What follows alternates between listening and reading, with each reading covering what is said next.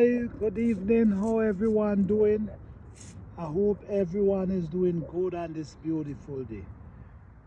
Yes, I don't know if you guys remember when I plant these peppers, these sweet pepper, I think it's Italian sweet pepper. I plant them back in the winter, and I was just experimenting them, see if they're gonna really last through the winter.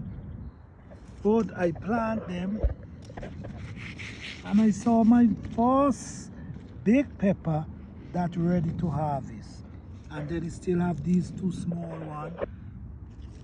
These over here still have, look at this one, every one of them have one pepper. So today I'm gonna pick my first sweet pepper, guys. My first sweet pepper. Yes, smell lovely. Oh yes. So I'm starting plant to harvest sweet pepper already, and all my tree have on sweet pepper so far.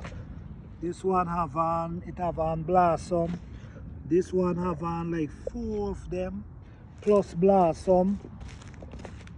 This one also have on, even this one, and this one is catching back pretty well. Yeah, so that's just a little video on my pepper, my Italian sweet pepper.